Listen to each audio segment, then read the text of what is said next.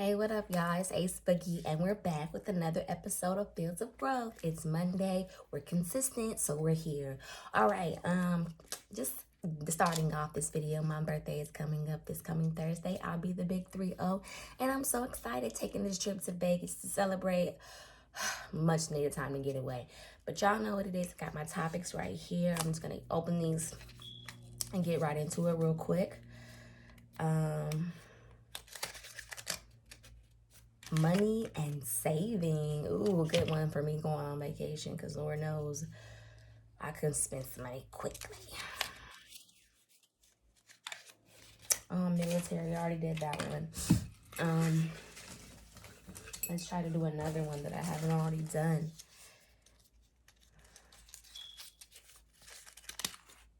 Colorism. Okay, quick.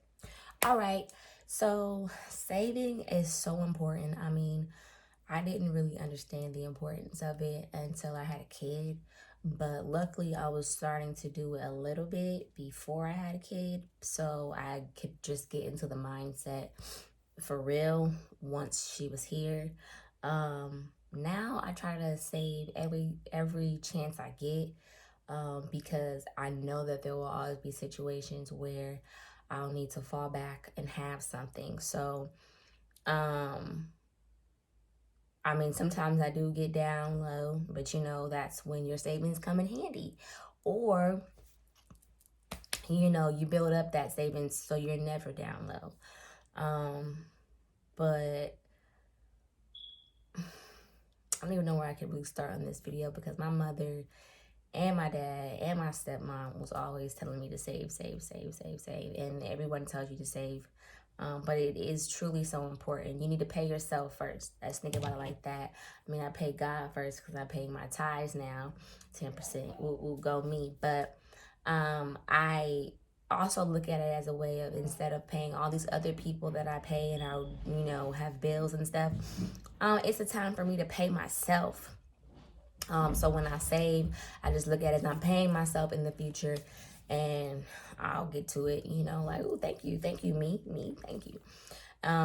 But colorism, okay, let's talk about it quickly, because that's a heavy one, right? I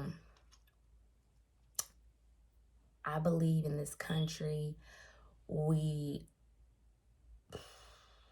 it's like racism, right? So because of racism, we have colorism within the Black community, and I am light skinned, you know, as they would say, and I've seen the advantages that it has played in my life, and at the same time, I've seen and heard the hurtful things from my own people, or just like being teased because I was light skinned. I was never really teased by a white person for being light skinned, but definitely a Black person, whether they were light skinned or brown skinned or dark skinned, also teasing me for that.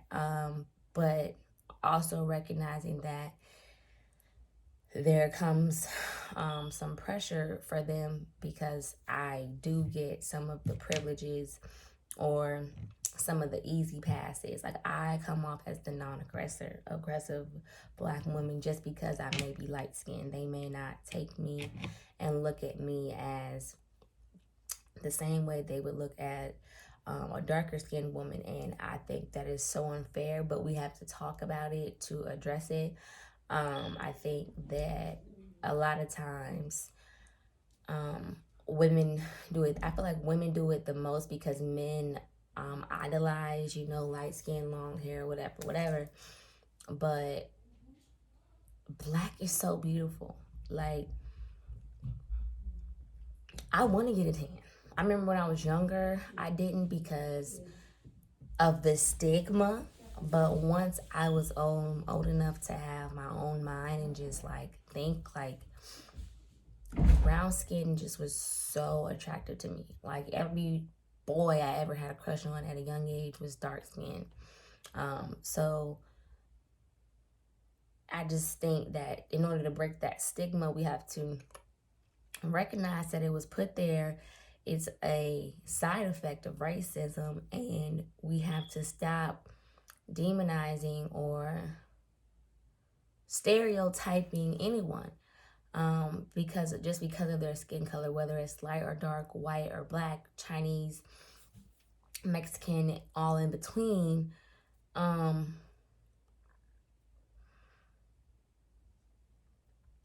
The fact that society, we live in a whitewashed world and a white supremacist system, we have to be aware and treat each other with kindness and treat each other with the same compassion and respect we would no matter what their skin color is. Because yeah, you could have your preference. I'm not saying, like I just said, I liked brown skinned men, but you can like light skinned men. You can like whatever you want to like, but don't degrade or try to put one against the other. I think that that's where the division comes, when we try to pin like, oh, team light skin and team dark skin. I remember that was a thing me and one of my best friends used to do, like, oh, you team light skin, oh, I'm team dark skin, da-da-da-da-da. But truly, she was beautiful, and luckily we were doing it in a friendly way. But ultimately, we were just perpetuating a system that was put on us and just amplifying it more and more when we shouldn't have, because it truly doesn't matter, because all skin color is beautiful. But, and I mean, we can, you know, praise ourselves or be happy with in our own skin or whatever, and express ourselves as far as art and music and all those things. But when we get to have the little girls who don't feel pretty because they're brown skinned, or the little girls who feel like they're too light skinned, or just all of the things in between, that is where we have to recognize that it's a society, it's a problem, it's sick, and it's only keeping us in the crabs in a barrel mentality.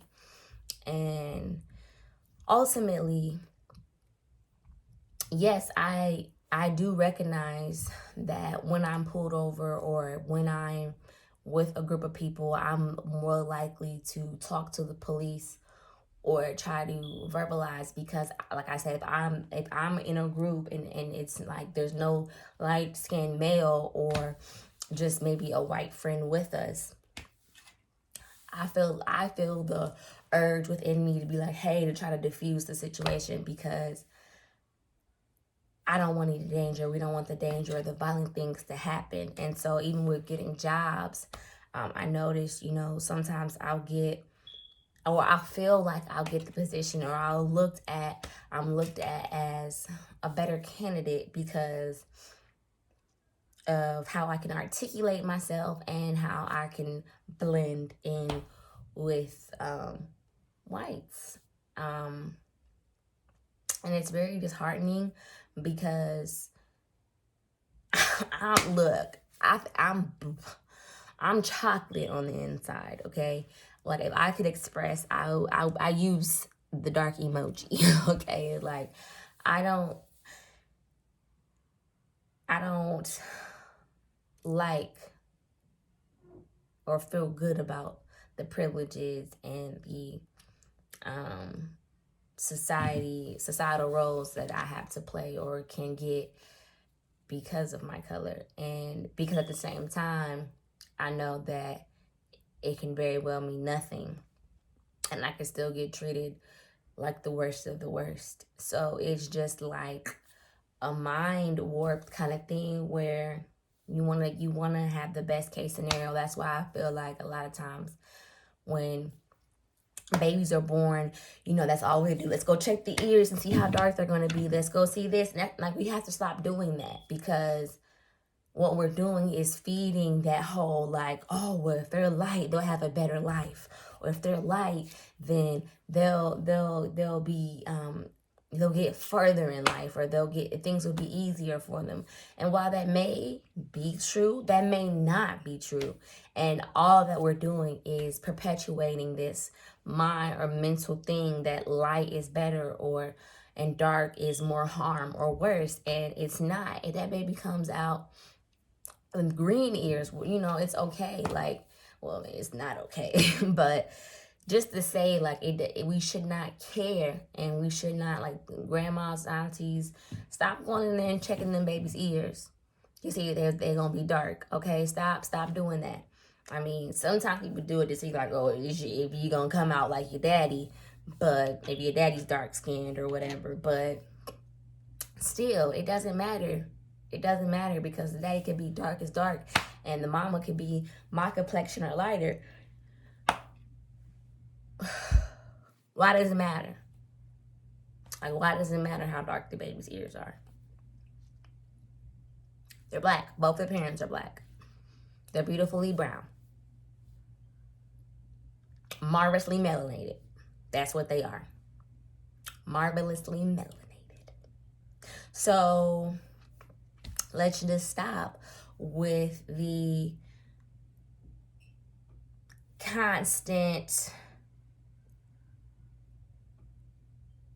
light skin this, dark skin that, because I don't think I can't stand a light skin dude sometimes, because I just feel like they're very conceited, because they think that they are better looking, and then they come off like they feel that way, and it's like, now you're ugly, now you're very unattractive. So it's all about the heart, people, not about the skin color. And especially within the Black community, we have got to stop this color thing, because if we want to unify and we want to get somewhere, we have to stop being our own white supremacists in our own race and culture. Because that's all we're doing, is we're just taking what the white man has done to us and that society has done to us, and we're taking that and we're like, oh, well, this is not, like the brown paper bag thing, like trying to pass the test for all these things. And it's like, I get it, because of the post-traumatic slave disorder and syndromes and all of the things. We feel like, if, like I said, if they're lighter, they'll have a better life, or they'll get further ahead in life, or they won't be challenged as much. And like I said, that can be true. But in our own culture, that person, even if they come out light, will still, like myself, could face discrimination and bullying and all the things within the Black community. So it's like, do they really, what's the better life? I mean, I hate being, when I feel like us as Black people in our own community cannot come together and just love one another. We always have to categorize and put people in boxes and separate ourselves and try to turn our nose up at the next Black person, brother and sister. And whether we like it or not, we're brothers and sisters. We're brothers and sisters with the white folks, the Asian folks, the Chinese, not the Chinese, but the Latinos. So we're definitely brothers and sisters within ourselves. And if we can't come together and look out for one another merely because we're marvelously melanated, then we're always going to be in this situation of waiting for some change instead of actually being the change and doing it. Stop going in them hospitals, checking them babies' ears. It don't matter. Raise them right. Fathers, be present. Mothers, be nurturers, be loving. Fathers, be loving. Family, be loving. And that will determine that baby's course in life, because no matter what is thrown at that child, they will be equipped with a strong foundation, light skin or dark skin or brown in between. And that's truly all that it's all about.